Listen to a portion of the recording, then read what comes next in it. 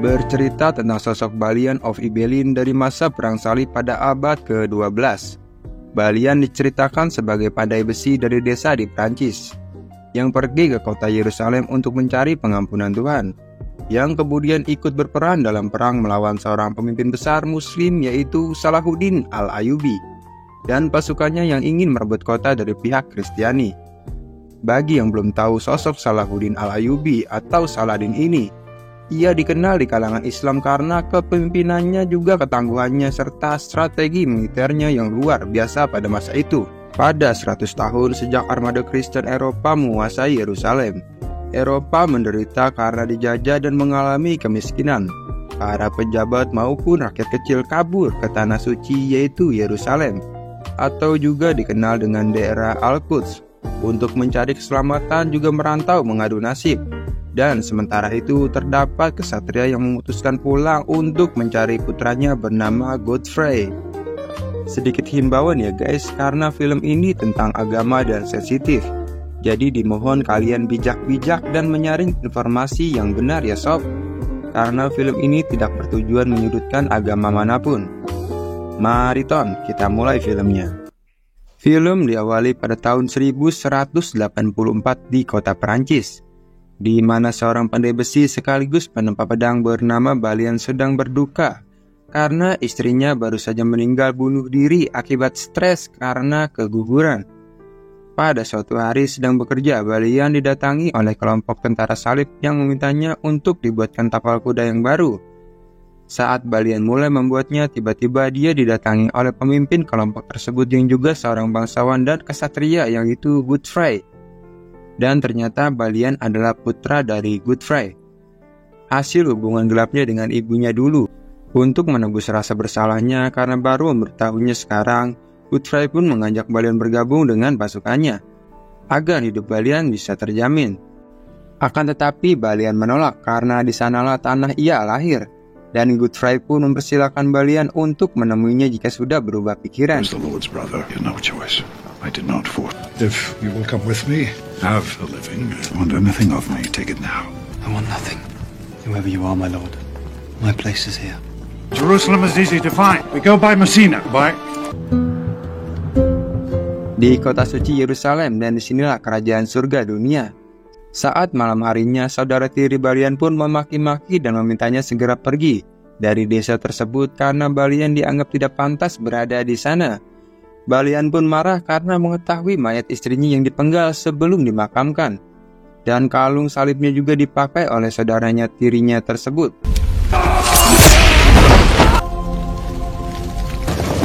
Ya, Balian pun membunuh saudara tirinya, dan saat itu juga dia langsung mencari ayahnya yang sedang ingin berangkat ke Yerusalem.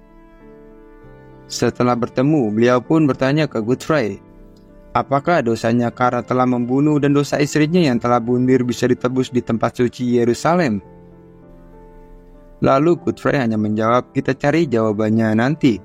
Saat sedang rehat, Godfrey pun langsung menguji kemampuan bertarung sekaligus memberikan serangan tipis-tipis dan ilmu berpedang.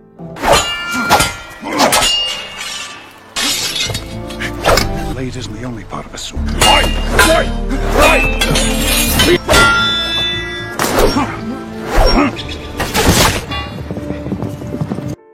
Tapi ternyata keponakan Godfrey datang untuk membawa Balian kembali, karena dianggap bersalah telah membunuh saudaranya atas perintah sang ayah.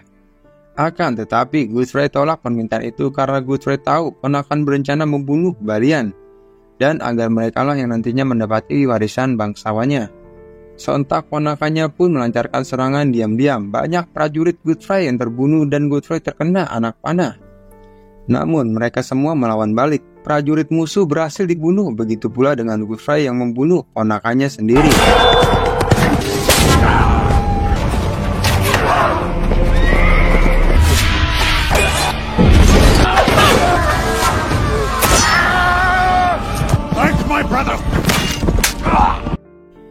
Hanya sedikit dari mereka yang bertahan, yaitu Godfrey, Balian, prajurit ahli medis, sekaligus tangan kanan Godfrey yaitu David dan satu orang lagi. David yang tidak bisa mencabut anak panah di tubuh Godfrey begitu saja, karena sangat berisiko tinggi karena rusuk Godfrey bisa patah. Sumsumnya pun akan masuk ke aliran darahnya. Lalu Godfrey terkena demam tinggi yang parah dan akan membuatnya meninggal dunia. Keesokan paginya mereka pun sampai di pelabuhan Messina di negara Italia. Godfrey yang berbaring loyo pun memberikan wanti-wanti ke Balian bahwa dia harus siap melayani siapapun raja di Yerusalem. Membuat kerajaan Yerusalem memiliki hati nurani layaknya surga juga berusaha menciptakan perdamaian antara Muslim dan Kristen, agar bisa hidup berdampingan seperti negeri kita tercinta. Lalu pada malam harinya betapa terkejutnya Balian melihat ayahnya yang semakin sekarat. Godfrey pun mengatakan jikalau beliau harus melindungi yang lemah, membela yang benar dan selalu bersikap jujur meski sekalipun itu mengancam jiwanya sendiri. Lalu di saat-saat sekarat, Godfrey pun menyerahkan semua tahtanya sebagai penguasa dari kota Ibelin kepada sang putra Balian. Even if it leads to your death. Arise and Baron of Ibelin. Defend the king. Sesuai amanah dari sang ayah, Balia pun diharuskan pergi berlayar ke Yerusalem. Sedangkan David akan menyusul 1 minggu lagi. Akan tetapi ternyata ombak-ombak lautan itu begitu beringas, kapal-kapal yang berlayar pun karam dan banyak penumpang yang tewas tenggelam. Kecuali Balian yang masih dikasih umur panjang oleh Tuhan. Saat terbangun di pinggir pantai sambil membawa pedang milik ayahnya, Balian sempat ingin melepaskan seekor kuda yang terjebak dalam jaring. Tapi kuda itu malah ngabret begitu saja. Namun ketika sudah berjalan cukup lumayan jauh, ia menemukan air yang tergenang. Dilalanya kuda yang tadi pun nyamperin lagi ke Balian dan akan digunakan Balian untuk berkelana di padang pasir. Tapi tak lama kemudian seorang tuan dan budak datang sekonyong-konyong dengan angkuhnya. Si tuan ingin merampas kuda milik Balian tersebut hanya karena kuda itu berdiri di daerah kekuasaan mereka. Jelas Balian tidak mau menyerahkannya dan dia pun memperkenalkan dirinya sebagai penguasa dari kota Ibelin yang baru. Sang tuan yang marah pun ujuk-ujuk menyerang Balian dan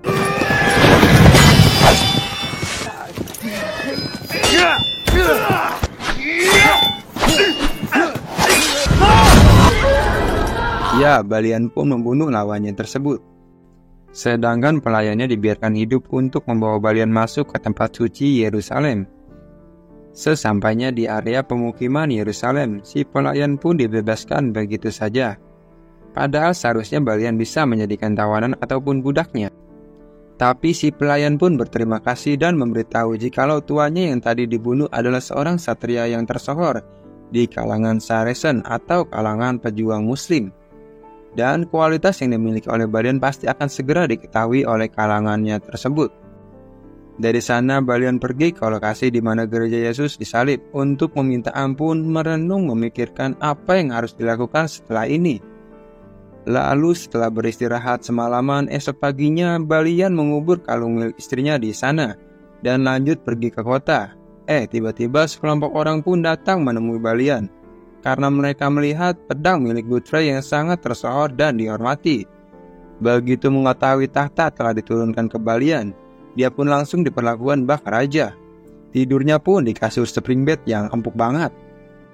Yang bawain anduk mandinya juga 4 gadis-gadis berkenal pot racing. Spesial lah pokoknya dia di sana. Tak lama kemudian tangan kanan Godfrey yaitu David juga sudah sampai di sana. Balian merasa keyakinan imannya semakin pudar. Sedangkan David malah sudah tidak percaya lagi dengan yang namanya agama. Karena menurut David banyak orang-orang yang fanatik dan radikal dengan agama. Mereka melakukan hal-hal gila di luar batas. Namun mereka semua berdalih itu adalah kehendak Tuhan, katanya. Setelah itu David mengajak Balian berkeliling-keliling negeri Yerusalem dan terlihat ada 2 tentara salib yang dihukum gantung karena telah membunuh orang Arab. Sedikit informasi ya, pada saat itu sudah 6 tahun lamanya Salahuddin Al-Ayyubi atau Saladin sang panglima perang pejuang Muslim. Dan raja orang-orang Arab telah berdamai dengan Raja Balwin, pemimpin dari pasukan Kristiani. Kini Yerusalem adalah tempat ibadah bagi semua agama. Kedua pemimpin juga telah membuat kesepakatan untuk menjaga perdamaian di negeri Yerusalem. Dan jika ada yang melakukan pelanggaran berat maka akan dihukum gantung. Seperti mereka tadi sok.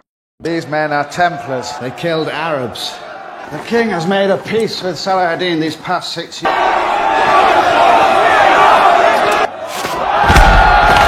Dari sana mereka pun menghadiri undangan makan bangsawan bersama anggota kerajaan lainnya. Di antaranya adalah Tiberias si jenderal perang, sahabat Godfrey, dan juga ada pasangan suami istri yaitu Sibylla dan Guido Lusignan. Dia yang sangat anti dengan Muslim. Akan tetapi Lusignan yang arogan merendahkan Balian dan menolak untuk makan bersamanya. Setelah itu Balian pun dipanggil untuk menemui sang raja Balwin keempat yang ternyata dia menderita penyakit langka yaitu kusta yang menular. Hingga seluruh tubuhnya harus ditutupi termasuk wajahnya dengan topeng dan umur hidupnya juga tidak akan lama lagi. Raja Balwin pun memerintahkan Balian untuk melindungi kampung halaman ayahnya yaitu kota Ibelin. Sesuai amanah Raja, Balian dan beberapa tentara salib pun pergi ke kota Ibelin, di mana kota tersebut sangatlah panas, gersang, miskin, dan dihuni oleh orang-orang Islam, Kristen, juga Yahudi. Dengan tegasnya, Balian pun menginstruksi para pekerja untuk menggali sumur sampai menemukan sumber mata air. Air-air tersebut pun keluar dan mengalirkannya menggunakan batang-batang pohon sampai ke tempat bercocok tanam.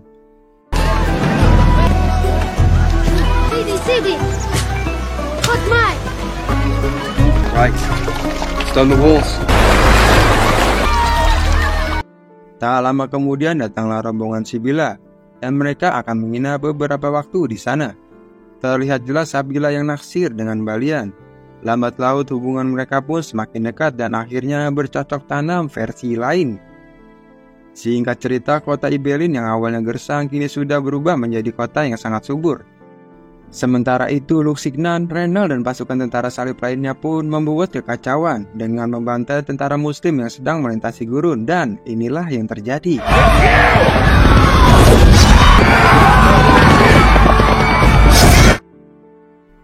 Akibat penyerangannya barusan, rusaklah sudah perjanjian damai antara kedua raja tersebut. Raja Balwin pun tahu jika hal ini akan menyebabkan peperangan dahsyat, dan dia pun memerintahkan untuk segera menyiapkan pasukan. Ternyata dugaan Balwin benar. 200.000 pasukan Muslim Sarsen yang dipimpin oleh Jenderal Saladin akan datang menyerbu Kastil Erak, tempat Renal berada. Balian dan segelintir pasukan yang berada di dekat sana pun nekat menghadang pasukan Saladin yang jumlahnya jauh sekali lebih banyak. Para penduduk pun ketakutan nyumput berlindung ke dalam kastil. Lalu peperangan antara pasukan Balian dan pasukan Muslim Sarsen pun dimulai.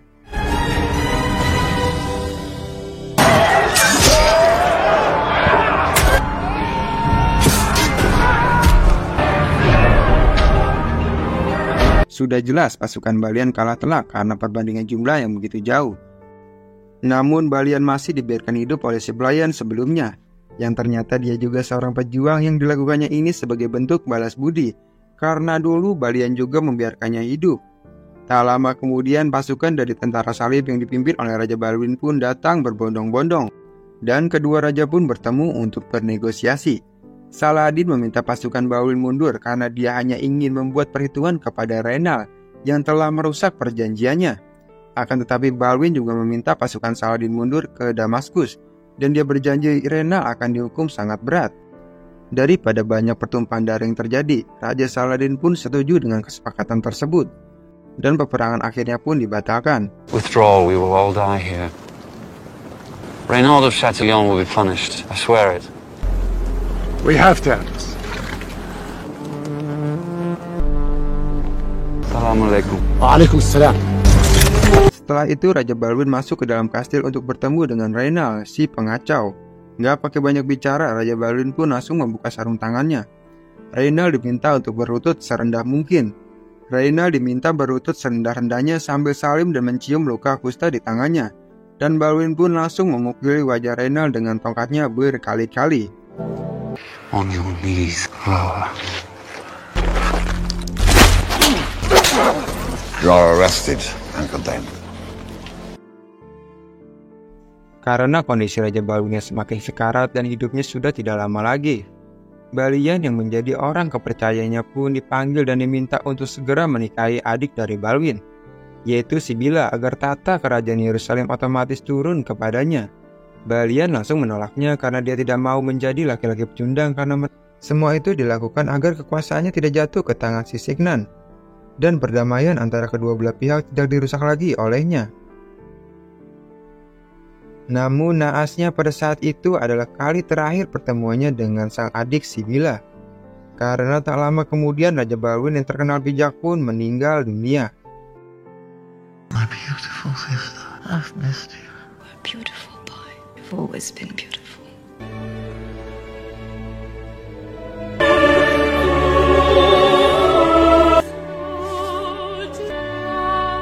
Anak dari Sibila pun otomatis jatuh menjadi Raja Yerusalem. Yang pada dasarnya dia pun masih bocil dan bingung kudu ngapain untuk menjadi seorang raja. Akan tetapi pelantikan Raja baru Yerusalem selesai. Sibila baru menyadari bahwa anaknya mengidap penyakit kusta yang sama seperti sang mamang Raja Balwin. Karena anaknya tidak bisa merasakan rasa sakit ketika cairan tinta panas menetes ke kulitnya. Sibila pun mulai uring-uringan karena dia tidak mau ingin anaknya mengalami nasib serupa dengan Balwin yang harus tersiksa bertahun-tahun karena penyakit kustanya. Maka dari itu agar anaknya tidak mengalami penderitaan yang sama, apalagi sampai terbebani status raja yang bahkan dirinya sendiri belum mengerti seorang raja. Dengan sangat terpaksa Sibila pun membunuh anaknya sendiri, menggunakan racun yang diteteskan ke telinganya. Lusignan yang tahu sebentar lagi dirinya akan menjadi raja langsung memerintahkan 3 prajurit untuk membunuh Balian agar tidak ada lagi yang bisa mengganggu kekuasaan Yerusalem.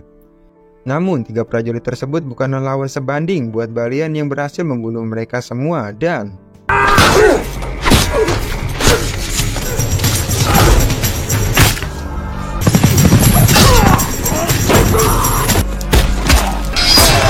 sementara itu, Lusignan mendatangi penjara Renal untuk membebaskan dari penjara dan bisa membantu perperangan melawan Muslim. Besokan harinya, Lusignan pun akhirnya menjadi raja yang baru. Dan gak pakai lama, Renal beserta pasukannya diperintahkan untuk membantai orang-orang Muslim secara membabi buta. Bahkan adik dari Raja Saladin pun juga menjadi korban dari keganasannya. Saladin yang mengetahui kabar kematian tersebut, dia pun mengutuskan beberapa pasukan masuk ke Yerusalem untuk mengambil jasad adiknya untuk dimakamkan. Juga meminta Raja Lusignan menyerah saat itu juga. Namun dengan beringasnya, Lusignan langsung membunuh salah satu utusan dan mengatakan perang kepada Raja Saladin. Take the head to Damascus. Assemble the army! Ketika pasukan tentara sudah disiapkan, Balian pun memberikan saran agar pasukan Lusignan tidak keluar dari benteng. Karena pasukan Saladin akan dengan mudah membantai mereka semua. Dan kota juga tidak memiliki pertahanan yang kuat. Ditambah lagi lokasi perang yang cukup jauh dari benteng dan situasi yang begitu gersang akan membuat tentara salib kehausan dan dehidrasi. Akan tetapi Lusignan yang angkuh pun tidak menggubris dan juga menghina Balian yang seorang pandai besi, tapi sok-sokan memberi saran kepadanya. Semua pasukan pun berangkat menuju titik perang akan terjadi. Namun Balian, Tiberias, dan beberapa pasukan mereka menolak untuk ikut berperang. And I wish a blacksmith to advise me in war. When Saladin has finished with Guy, he will come. Sesuai prediksi Balian, pasukan tentara salib yang kehausan, kelaparan, serta kelelahan, dan tidak sedikit dari mereka yang melihat jatuh pingsan. Berbeda jauh dengan pasukan Muslim yang sangat-sangat siap untuk perang. Raja Saladin pun yang begitu cerdas, dia pun memerintahkan pasukan berkuda untuk terus berputar agar debu-debu kotor terbang ke arah rombongan tentara salib, dan membuat mereka semakin kehausan. Dengan mudahnya, akhirnya peperangan pun dimenangkan oleh pasukan Muslim. Dan hanya tinggal secuil prajurit musuh yang tersisa, termasuk Renal dan juga Lusignan. Saladin yang sangat kesal, gondok, benci dengan sikap Renal pun langsung memenggal kepalanya saat itu juga. Dan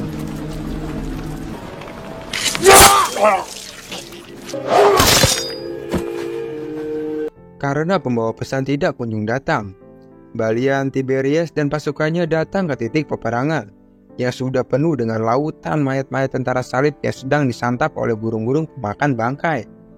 Tiberias yang menganggap Yerusalem sudah musnah akhirnya pergi dari sana. Sedangkan Balian pulang ke kerajaan untuk merancang strategi baru melawan pasukan Saladin dengan memasang banyak jebakan-jebakan di sekitar benteng. Di saat yang sama, pasukan Saladin yang sudah semakin dekat dengan benteng kerajaan Yerusalem. Asli ini mah banyak banget pasukannya boy. They're here. It is only one man.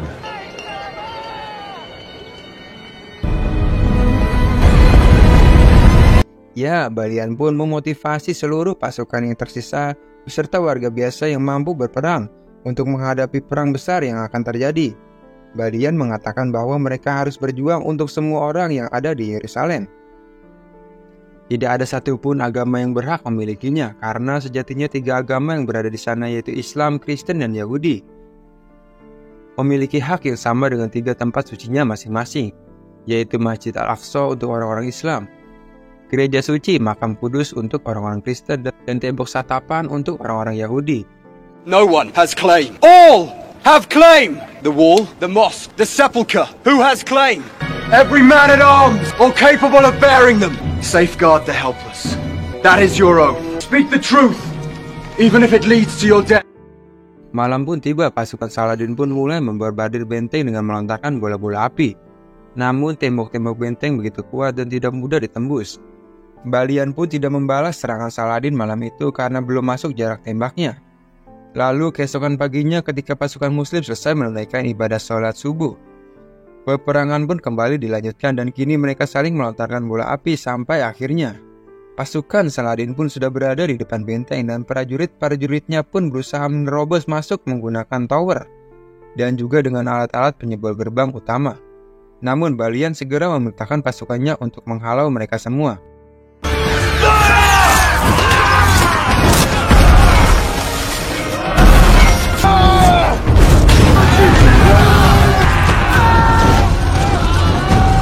Hari demi hari pun berlalu dan perang masih terus berlanjut hingga menelan banyak sekali korban jiwa dari kedua pasukan.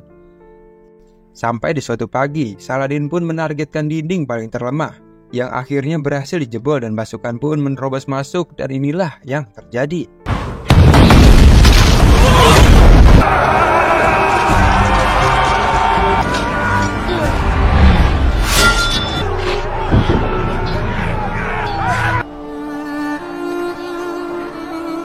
Ya, dalam waktu singkat pasukan Saladin pun menguasai Yerusalem.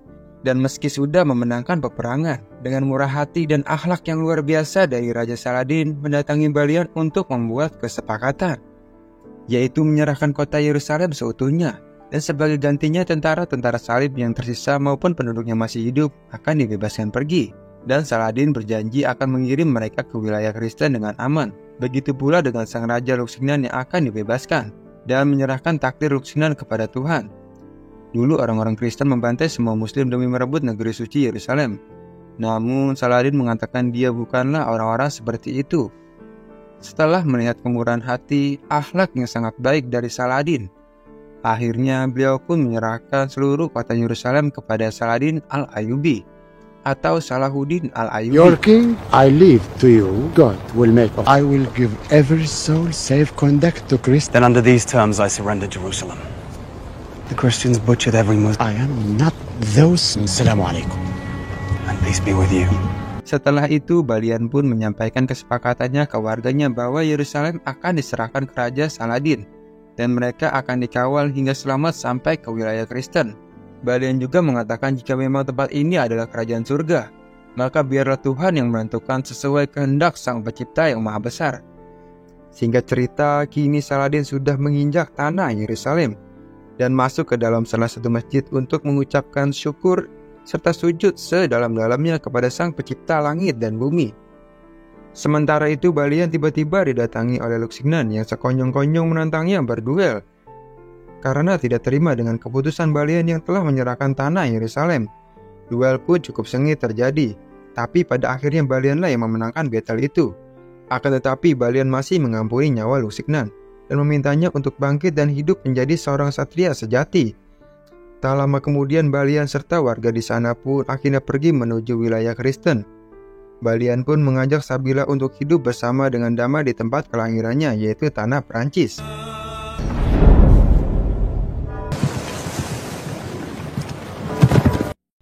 Beberapa tahun setelah itu terlihat beberapa tentara salib dari Inggris yang dipimpin oleh Raja Inggris yaitu Richard I.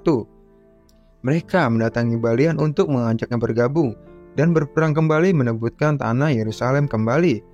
Akan tetapi Balian menolak karena dia telah memilih untuk menjadi seorang pandai besi, hidup dengan ketenangan dan damai. Crusade to recover the kingdom of Jerusalem. And I am the king of England. I am the blacksmith. Dan di